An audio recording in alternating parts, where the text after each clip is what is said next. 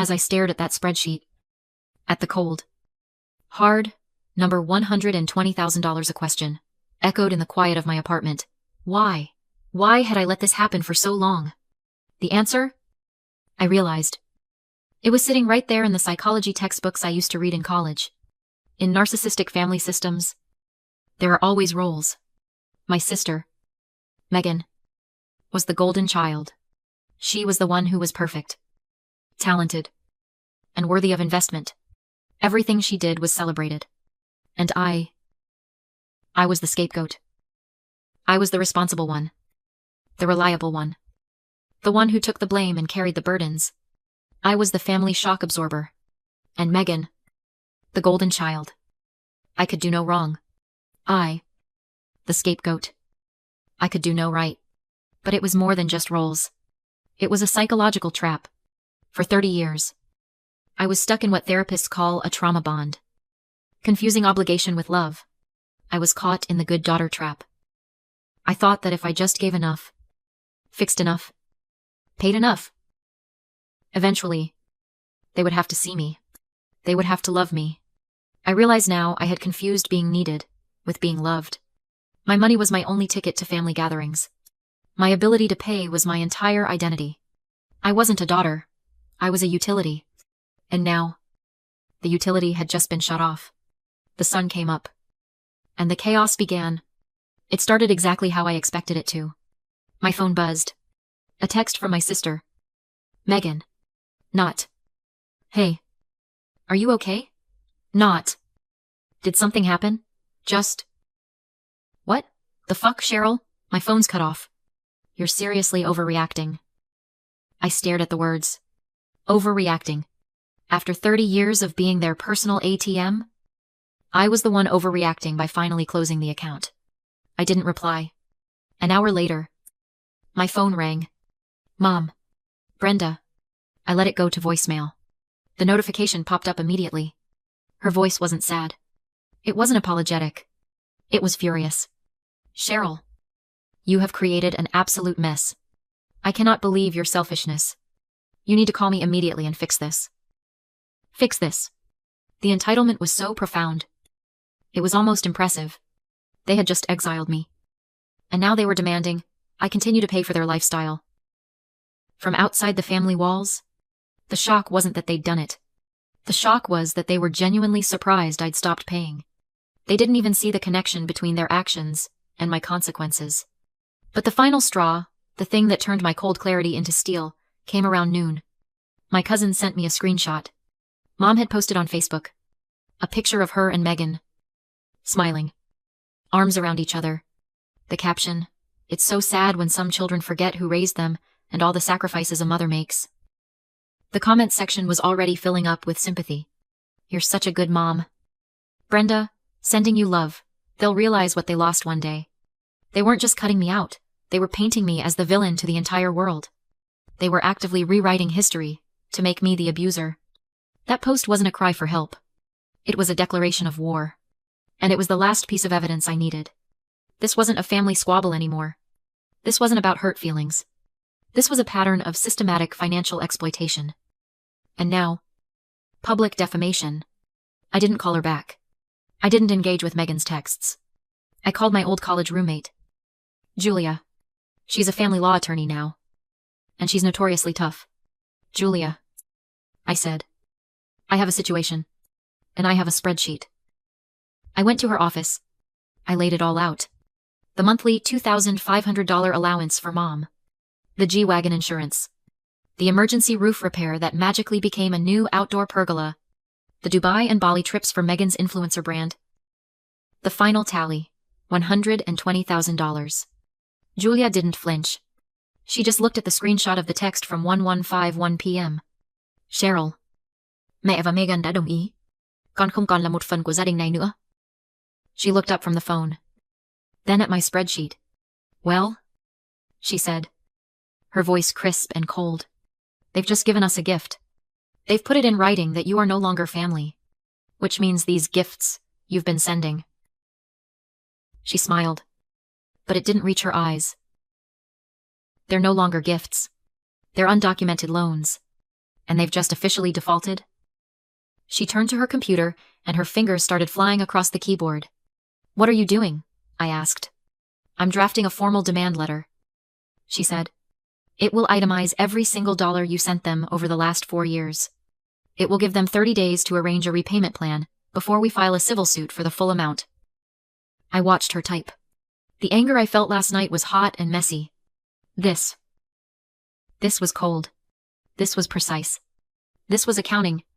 This isn't a family argument anymore. Cheryl, Julia said, her eyes fixed on the screen. This is debt collection. She was right. I had been erased, and the person they erased was no longer bound by love, or guilt, or the good daughter trap. The person they erased was just a creditor, and she was here to collect. The demand letter went out, and then, for a few days, there was silence. A loud, heavy, panicked silence. But the call that changed everything didn't come from my mother. It came from Julia. Melaviere. And her tone wasn't tough or celebratory anymore. It was concerned. Cheryl, she said, I was doing a routine asset check on your mother and sister, just to see what assets we could target in the civil suit. And I found something. What is it? It's about your Grandma Judith's estate. Did you know her coastal cottage was sold 3 weeks ago? I felt the blood drain from my face. What? That's impossible. Grandma Judith loved that cottage. She left it to me. Are you sure? Cheryl, because the will that was filed with the probate court names Brenda and Megan as the sole beneficiaries. It was filed 6 months ago, right after her death. I couldn't breathe. Grandma Judith was the only person in my life who ever truly saw me. The only one who never asked for anything. Julia, that's not the real will. I hung up and made another call. This time to Mr. Harrison, Grandma Judith's lawyer for 40 years. When I told him my name, his voice was filled with relief. Cheryl, thank God. I've been trying to reach you for months. Your mother's number was the only one on file. And she kept telling me you were unavailable. I went to his office that afternoon. He sat me down in his quiet, leather-bound office and showed me the original will. The one he had, dated 3 years ago, when Grandma Judith was still sharp. It was just as I remembered. The coastal cottage, her investments, everything, left to me, her granddaughter, Cheryl. Then, he pulled out a second document. The new will, the one Brenda had filed. This was signed. Mr. Harrison said. 3 days before your grandmother passed. When? According to her medical records, she was on a continuous morphine drip. The signature was shaky, but it looked plausible enough to get past a hurried clerk. There's someone else you need to talk to, Mr. Harrison said, writing down a name. Denise? She was your grandmother's primary home care nurse. She contacted me after the funeral. She was suspicious. I met Denise at a small diner. She was a kind woman in her 50s, with sad, knowing eyes. Your grandmother was a wonderful woman, Denise said, clutching her coffee mug. But your mother and sister. I've been a nurse for 20 years, and I know when something's not right. What happened? I asked. Your mother always insisted on visiting when Mrs. Judith was at her most sedated. She'd always be asking about paperwork. I got worried. So, Denise took a deep breath. So I installed a nanny cam on the bookshelf. I had a feeling. She pulled out her phone. I saved the footage from the day that fake will was signed. I wanted to show the police, but I was scared. I didn't know who to trust. She turned the phone around and pressed play. My stomach turned to ice. The video was grainy. Dime stampet. There was my grandmother, Judith, lying motionless in her bed, clearly heavily sedated or unconscious. And there was my mother, Brenda, standing over here. My sister, Megan, and Ryan, Megan's influencer boyfriend. Brenda held a document. A will. She placed it on a clipboard. And then I watched, horrified, as Ryan took my grandmother's limp, lifeless hand. He put a pen in it, while my mother held the paper steady. Ryan moved my grandmother's hand like a puppet. Slowly, agonizingly, forging her signature onto the line. My sister, Megan, stood by the door, watching, guarding. I wasn't just dealing with greedy, ungrateful relatives. I wasn't just a creditor collecting a debt. I was the daughter of a criminal, and I had just found my evidence. The meeting to officially read the will was set for the following Tuesday at Mr. Frosting 1, Harrison's office. My mother, Brenda, and my sister, Megan, arrived like they were attending a coronation. They were dressed in expensive, somber-looking clothes, but they couldn't hide their smugness. They looked at me with a kind of rehearsed pity, as if I were a distant, unfortunate relative they were about to do a small kindness for. Mr. Harrison, playing his part perfectly, read the fake will, the one that left everything to my devoted daughter, Brenda, and my loving granddaughter, Megan. As he read, my mother actually reached across the polished mahogany table and patted my hand. "Don't you worry, sweetie," she whispered, her voice dripping with fake sympathy. "We'll make sure you get something. Maybe Grandma's old china." Megan just smirked. Mr. Harrison finished reading. "And that," he said, "concludes the reading of the will filed by Mrs. Brenda." He looked at me. That was my cue. "I'm afraid I have to contest this will," I said, my voice clear and steady. Brenda's face tightened. "Excuse me, Cheryl. This isn't the time for your drama." "On what grounds their lawyer?" A man who looked like he'd been paid in cash finally spoke. "On the grounds of forgery, conspiracy, and elder abuse." As if on cue, the conference room door opened. Milavier, Julia, walked in, followed by a severe-looking woman carrying a briefcase. "This is Dr. Alistair," Julia said, "a forensic handwriting expert." Dr. Alistair laid out her findings with surgical precision. The signature on the fake will did not match any of Grandma Judith's known signatures from the last 5 years. The pen pressure was wrong. The loops and formations were too steady for someone with advanced arthritis. Brenda was already starting to bluster. "This is absurd. My mother signed that she wanted us to have it." "Are you sure?" I asked, standing up. "Are you sure she was able to sign it?" I walked to the large conference room TV and connected Denise's phone. "What is this?" Megan snapped, her influencer voice suddenly shrill. "You can't do this." "It's called a nanny cam," I said, and I hit play. The room went silent. The grainy video filled the screen. There was Grandma, unconscious. There was Ryan, Megan's boyfriend, holding her hand like a puppet. There was Brenda, holding the paper steady. There was Megan, guarding the door. The color drained from their faces. Brenda let out a sound, a choked half scream. Megan immediately, instinctively, turned on Ryan. You made us do this. This was your idea." Their lawyer was already packing his briefcase. "My clients have nothing further to say." "They certainly don't," said a new voice. The door opened again. This time, it was a detective from the Elder Fraud Division. I'd spent the last 2 days with him. "Brenda, Megan, and Ryan," the detective said, his voice bored, as if he'd seen this 100 times. "You are all under arrest for elder abuse, forgery, and conspiracy to commit fraud." The room exploded. Brenda lunged at me, screaming, "You did this, you ungrateful bitch. You did this to your own mother." The detective simply put a hand on her shoulder and guided her, still shrieking, toward the door. But it wasn't over. They were out on bail 2 days later. And in the most predictable move of all time, they doubled down. They were still the victims. I was the vindictive, jealous daughter who was trying to steal their inheritance. To prove it, they organized a memorial service for Grandma Judith, inviting the entire extended family to the coastal cottage, the very property that was now frozen as a crime scene.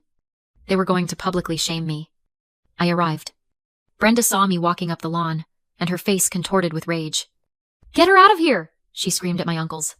"She is not welcome. She is the one who did this to us." "She's the one who did what?" "Brenda, A woman walked up the path behind me. It was my aunt, Sandra. My mother's estranged sister, whom I'd called the day before. Brenda froze. Sandra, what? What are you doing here? I heard you were pulling your old tricks, Sandra said, her voice carrying across the silent lawn. You did this to our father, too, didn't you? Brenda forged his signature on the deed to his house. My mother was speechless. And now you're doing it to your own daughter. As Brenda sputtered, trying to form a lie, I stepped forward. She didn't just do it to me, Aunt Sandra. She did it to Grandma. I pulled out my phone and hit play on the last piece of evidence. It wasn't a video. It was a voicemail. A shaky, terrified voicemail that Grandma Judith had left me a week before she died. A message I'd saved but never understood until now. Her frail voice filled the air. Cheryl. Baby. Don't trust your mother. Please. She keeps bringing papers. So many papers. I'm scared. Baby. I don't know what I'm signing. The gathered family stood in stunned silence. The truth was just hanging there. Undeniable. In my grandmother's own terrified voice. Brenda's mask didn't just crack. It shattered. And right on cue, 2 police cars pulled up the driveway. I'd informed them that the subjects of a felony investigation were actively trespassing on a frozen asset. As the officers walked toward my mother and sister, and their faces white with the realization that there were no more lies to tell, I just stood back. They were arrested again. This time, for violating their bail. This time, in front of everyone. After that day at the cottage, the rest was just procedure. The legal fallout was fast and brutal. With the nanny cam footage, Grandma Judith's voicemail, and Aunt Sandra's testimony of a previous pattern of fraud, my mother didn't have a defense. She was a serial scammer. Brenda and Megan were both convicted. My mother got a significant sentence for fraud and elder abuse. Megan got less. But still, jail time. Ryan, in a last-ditch effort to save himself, testified against them both and got a reduced sentence. The coastal cottage was legally, finally, returned to me. I spent the first weekend there. Alone. I sat on the porch, looking out at the ocean that Grandma Judith had loved so much. I opened my laptop one last time and pulled up that old spreadsheet. The scapegoat's ledger. I stared at the final number. $120,000. I thought about the cost. The years of anxiety. The missed opportunities. The constant, grinding feeling of not being enough. Then, I took a deep breath of the salt air, and I hit delete. The file disappeared. The ledger was closed. That night, for the first time in 30 years, I slept all the way through until morning. 6 months have passed. I sold the coastal cottage. It held too many memories of her, but also too many of them. I took every penny from that sale, and every penny I'd recovered from my mother's assets, and I started something new. It's called the Judith Project. It's a legal defense fund. We provide pro bono lawyers for families like mine, who are fighting elder financial abuse. We help them find the evidence, navigate the courts, and get justice for the people they love. That text message I received at 1:15 p.m. wasn't an ending. It wasn't an exile. It was an emancipation.